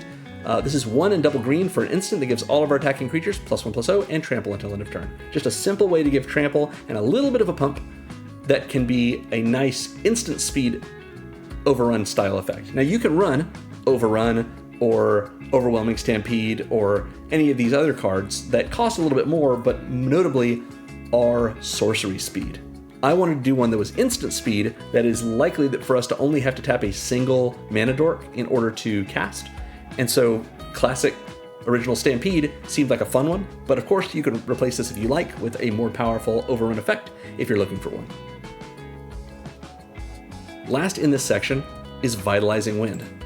This is 8 and a green, so a great number for us to spend mana on, trigger Raggadragga's third ability at instant speed to give creatures we control +7/+7 until end of turn. So with Raggadragga in play, one of our creatures is getting +7/+7 from Vitalizing Wind and from Raggadragga plus Trample. So that creature's getting +14/+14 in Trample.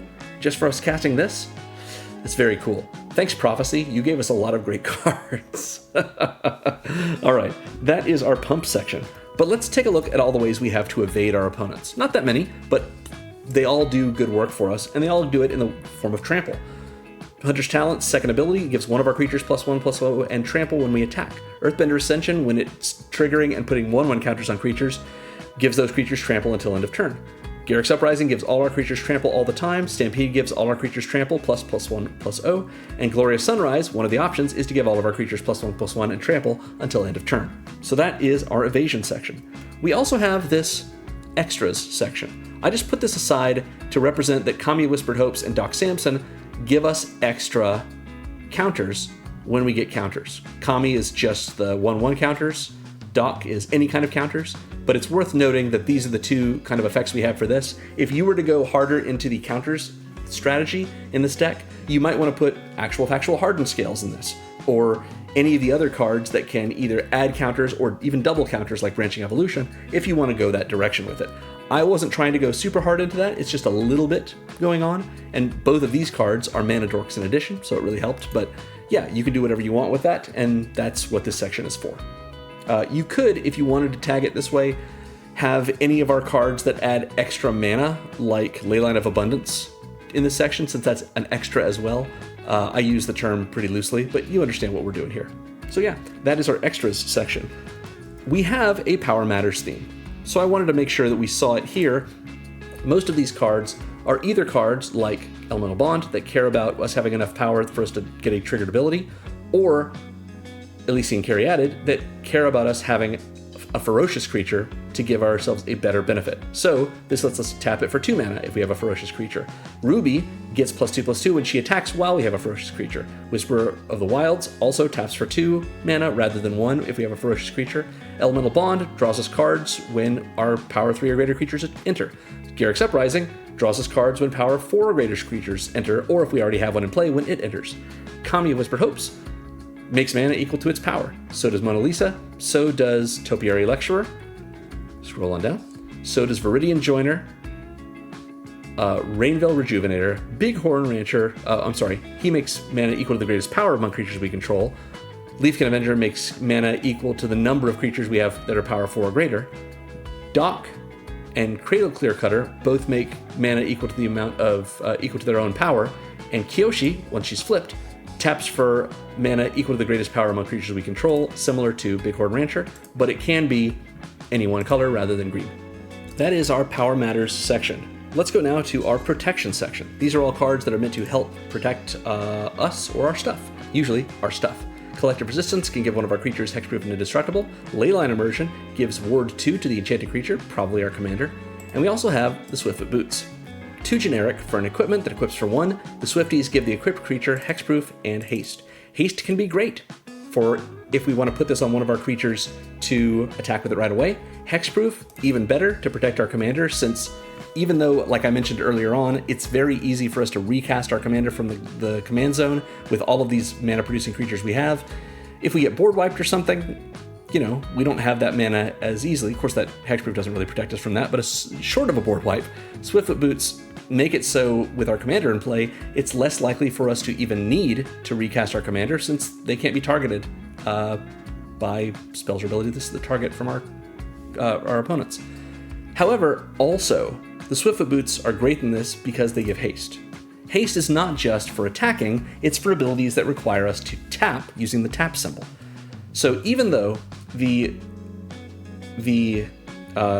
Lightning Greaves are a more expensive, monetarily more powerful effect for this, for the kind of decks I build, I usually put the Swiftfoot Boots in. You could put the Greaves in if you want to, because they give Shroud, and I'd like to be able to target my commander if I can, but of course you can move them, but you understand what I'm coming at. The point is, the Swiftfoot Boots only cost a single mana to move among our creatures.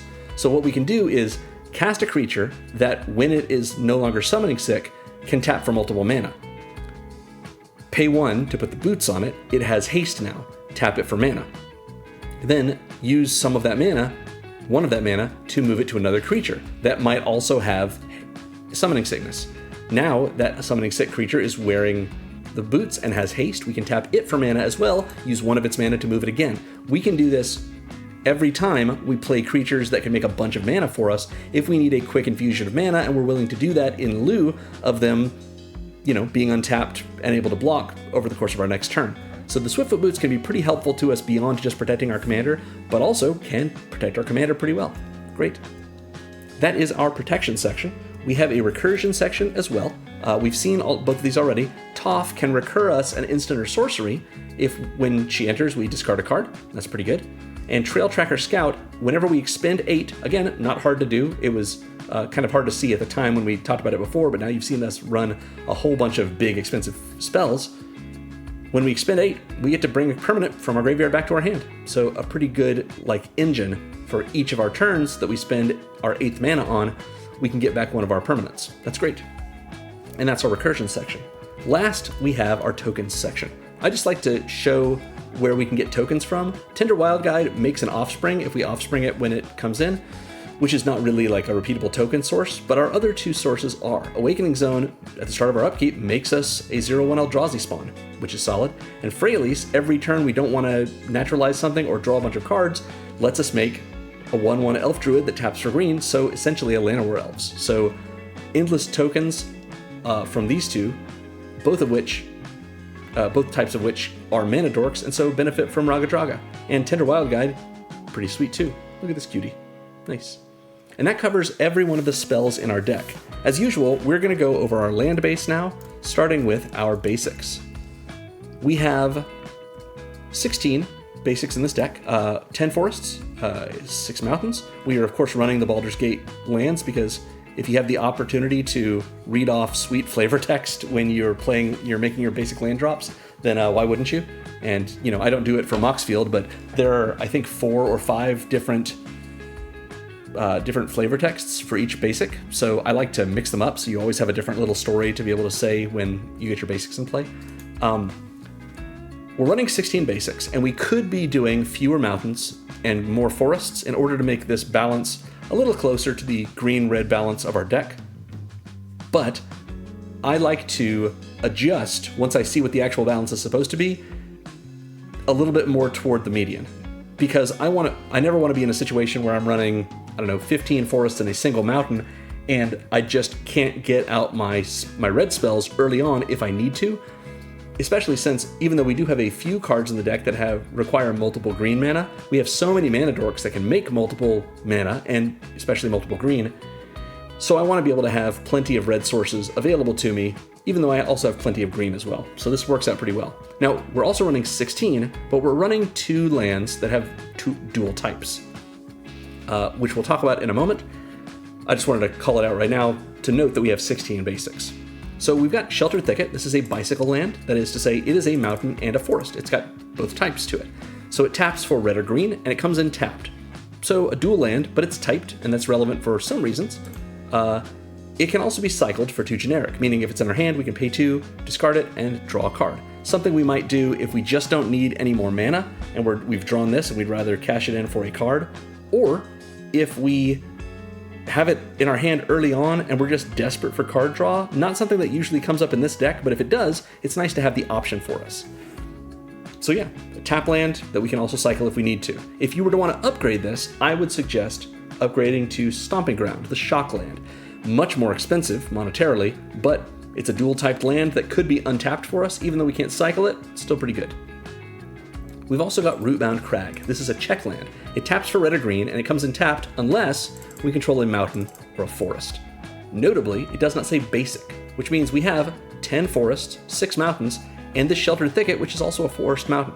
We also have a Tango land, which you'll see in a moment, which means we have a total of 18 lands that have basic types that could let this Rootbound Crag come in untapped, and that is the number that I put in my deck that allows me to play check lands. I don't run check lands unless I have at least 18 lands that could make that land come in untapped in some way. So yeah, check lands are great. If you were to want to upgrade this, I would suggest Rockfall Vale, the slow land. Now, at time of recording, Secrets of Strixhaven came out a couple of months ago, which reintroduced the enemy color slow lands to standard. Reality Fracture will be coming out in a couple of months, and it's probably going to introduce the allied colored slow lands, which includes Rockfall Vale, which I would say would be a great upgrade, or it would be fine to include in addition to this, since it's still going to be more expensive than a check land.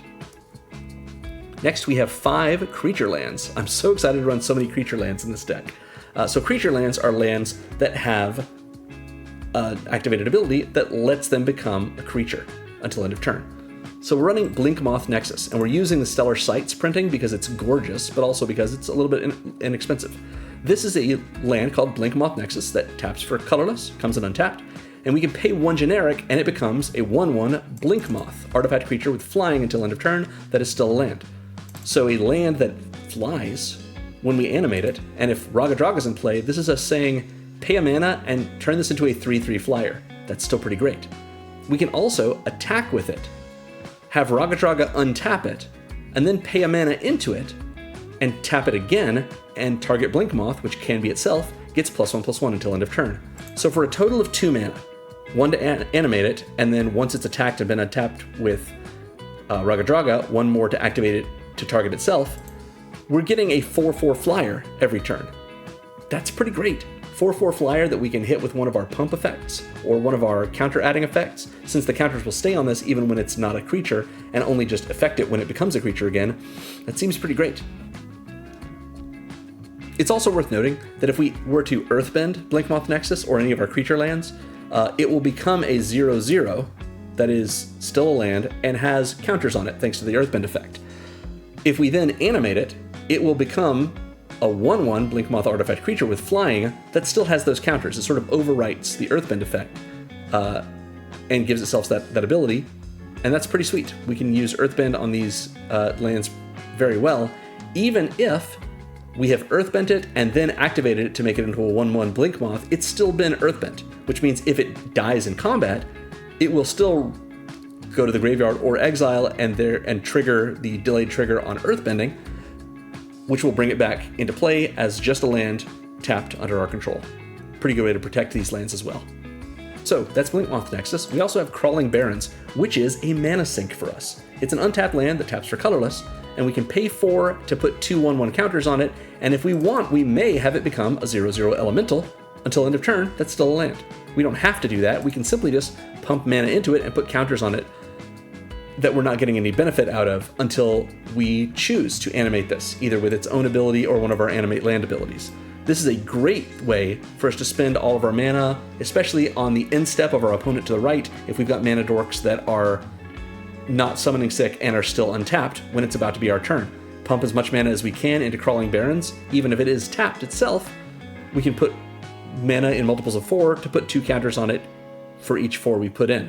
And if it's untapped, we can even spend that mana from itself as part of that. Cool. Next we have Raging Ravine. This is a tap land that taps for either of our colors, or we can pay 2, a red and a green, and until end of turn it becomes a 3/3 red and green elemental with, whenever this creature attacks, put a 1/1 counter on it. That is still a land. So a solid way for 4 mana to turn this into a 3/3, or with Raggadragga, we're paying 4 mana to turn it into a 5/5 that untaps itself when it attacks.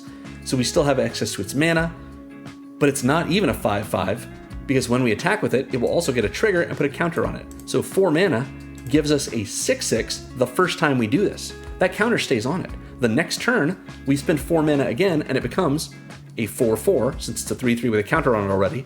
We attack with it, it will put another counter on it, making it a 5/5, but it's not really a 4/4 and a 5/5 because Raggadragga's in place, so it's actually a 6/6 that turns into a 7/7.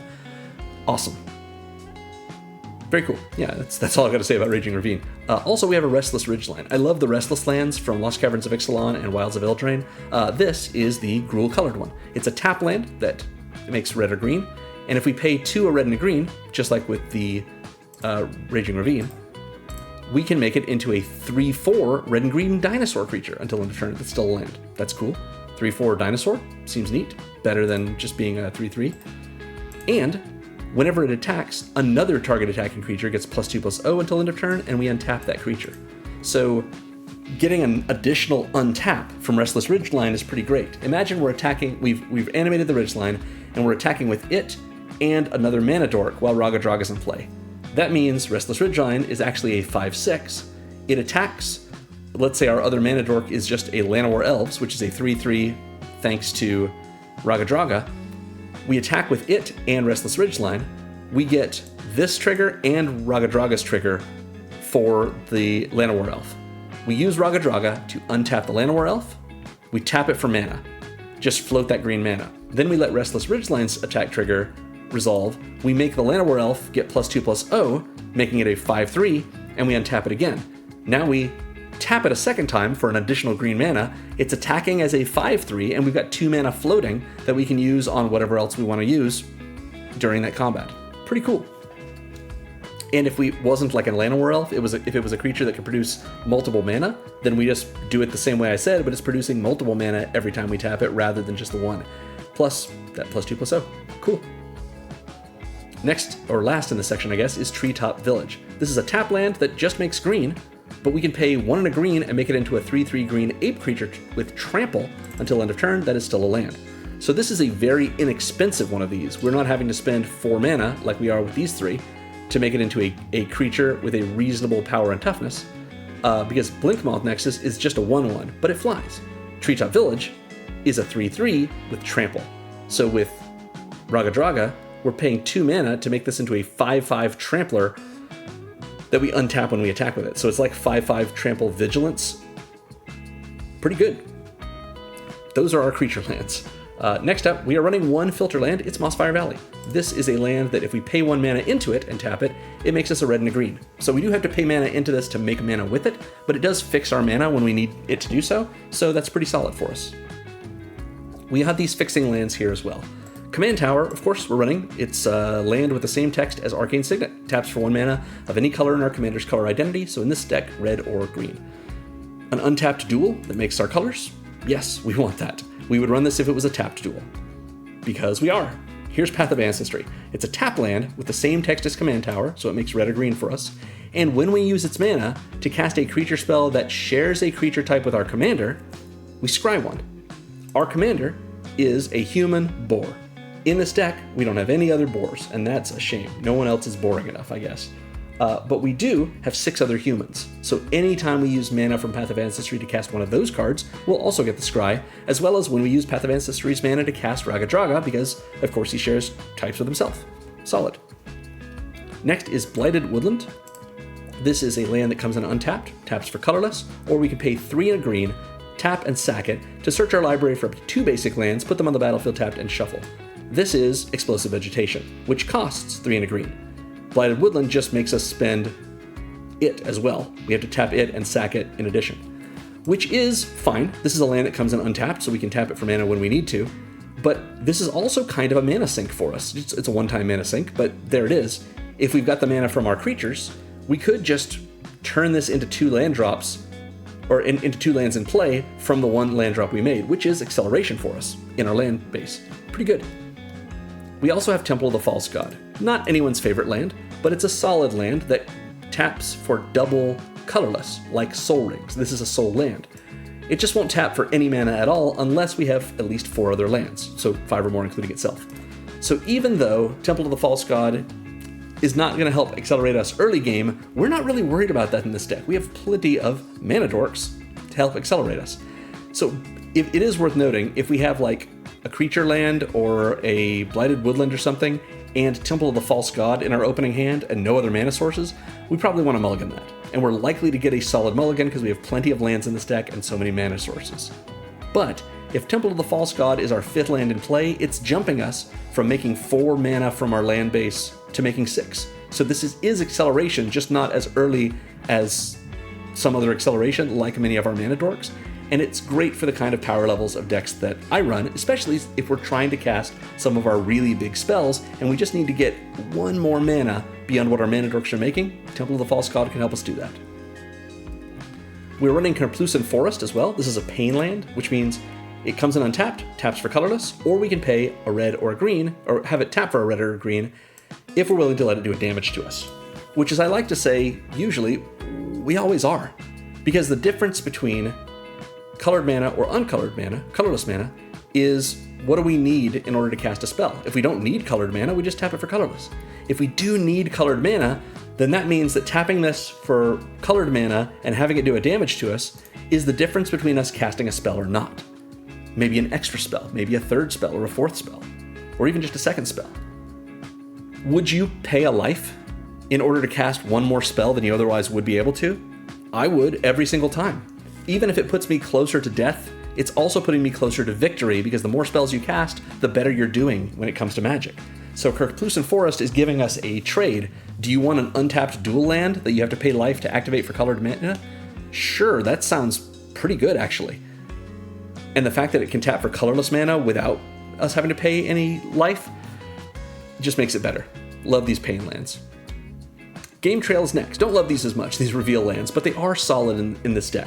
This is a land that taps for red or green, and as it enters, we may reveal a mountain or a forest from our hand, and if we don't, it comes in tapped. So this is, a lot of the times, a tap land.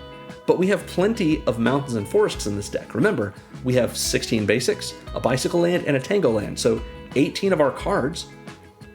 If we have one of those in hand when we play Game Trail, this is an untapped duel. And if we don't, it's a tapped duel, and that's just fine. This is a nice way to sort of round out it's not quite as good as a check land like we saw earlier, but it's totally fine, and it's sort of along those same lines. But if you were to want to upgrade it, Thornspire Verge is one of the Verge lands, and it would be a great upgrade to this. Much more expensive because the Verges are getting played in Standard since they came out in Duskmourn and Aetherdrift, but a solid upgrade if you want to make one from Game Trail. We also have Temple of Abandon. This is a scry land. Comes in tapped. When it does, we scry one, and it makes our colors. Great. Nothing more do we need to say about this. It's just a solid inclusion that is perennially reprinted. It's in Foundations. It gives us a little bit of selection. It's what we need it to be. If you want to be a nicer version of this, you could run Commercial District. It is a Surveil land, so it has basic types. It surveils instead of scrying, but otherwise is the same, and that's a pretty powerful but much more expensive land. And then here's that Tango land I was mentioning. It's a Cinderglade. It's a mountain or a forest, so counts for our reveal land and our check land, and it enters tapped unless we control 2 or more basics. Now, it's not that unlikely for us to have 2 or more basics in play since we have 16 in this deck, which is about 1/6 of our deck. But sometimes this comes in as a tap land, and that's okay. It's still going to be in play to make our check land come in untapped at the very least. Pretty okay. Last, we have 6 utility lands. We are running Ba Sing Se, one more source of earthbending. This is a land that comes in tapped unless we control any basic land, and it taps for green. Or in addition, we could pay 2 and a green, tap it to earthbend 2 at sorcery speed. A little more earthbending in our land base seems pretty good. This is a mana sink because we can do this repeatedly every turn, and even if the lands we're earthbending are tapped, well, they won't be the next turn, since they'll untap, obviously, so we can use them, and they're going to be bigger thanks to Raggadragga, giving them a power and toughness boost. Sweet. The Baxter Building from the Marvel Superhero set is in here as well. This is an untapped land that taps for colorless, so it's already fine. We can pay 4 into it and tap it to make 4 mana, to add 4 mana any combination of colors. So this is mana negative for us, but it does fix our mana if we need it to. If we've got a lot of green production, for example, and we just need 1 more red in order to be able to do our Crackle with power, then paying 1 of our green just to convert 4 of our mana to red, or up to 4 of our mana to red, is probably fine. And we can pay 4 and tap it to draw a card if we have a creature with toughness 4 or greater, which is to say, our commander is in play, or our commander's in play and any of our mana dorks that is a toughness of 2 or greater, that's another creature that counts for it.